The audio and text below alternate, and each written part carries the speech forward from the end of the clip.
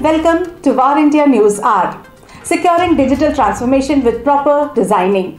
IT security leaders need to adapt rapidly, collaborate effectively, and recalibrate their security strategies as networks get more dynamic and complex. Cyber criminals are getting more and more adept at exploiting the latest trends or issues of high public interest to spread malware and steal personal data from unsuspecting users.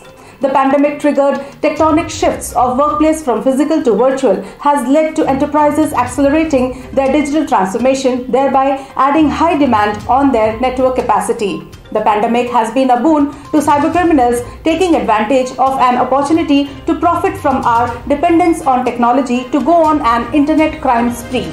Whether it is the distributed workforce or migration of data and applications to multi-cloud environments, the network is the nerve system connecting the various constituents.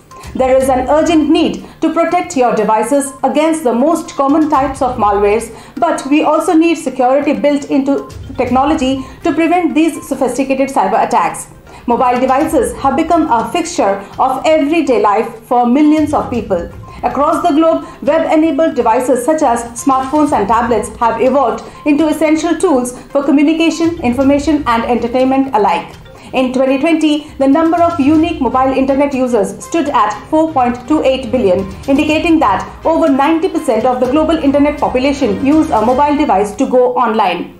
Mobile devices are now the primary access point for the internet. This is reflected in the increased targeting of mobile devices with cyber attacks, with complaints of phishing and smishing attacks, emails or SMS text messages with malicious links. Cyber criminals utilize sophisticated techniques that exploit human psychology and behaviors to deceive users and penetrate devices. Experts warn that mobile device owners may be more vulnerable to social engineering attacks through text messages because mobile devices' integration of email, voice, text messages and web browser functionality increases the likelihood that users will fall victim to engineered malicious activity.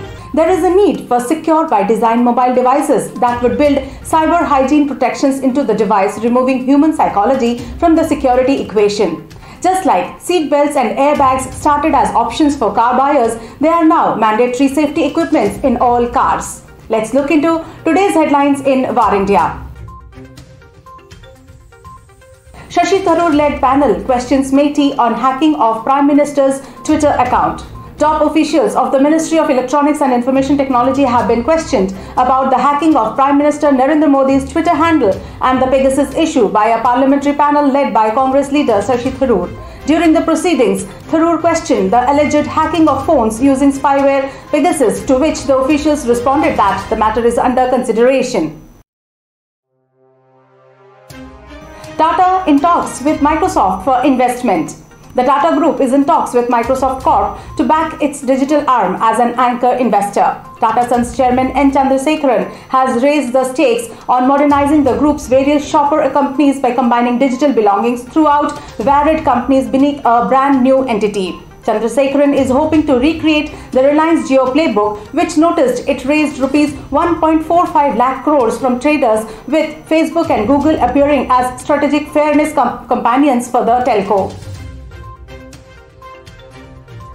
Hackers used Log4j vulnerability to infect computers with Khonsari ransomware.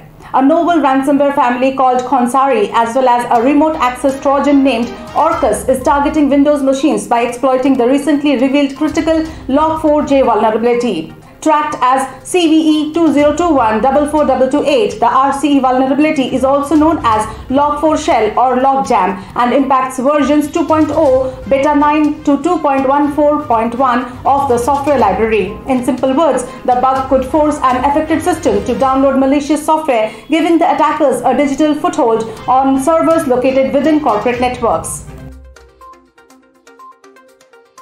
Spyware firm NSO considers shutting down of its Pegasus unit. Israel's spyware company NSO Group is considering shutting down its controversial unit Pegasus or even selling the company itself after facing possible debt defaults. The shutting down of the Pegasus unit could decrease the value of NSO as a company, as it accounts for about half of NSO's revenue.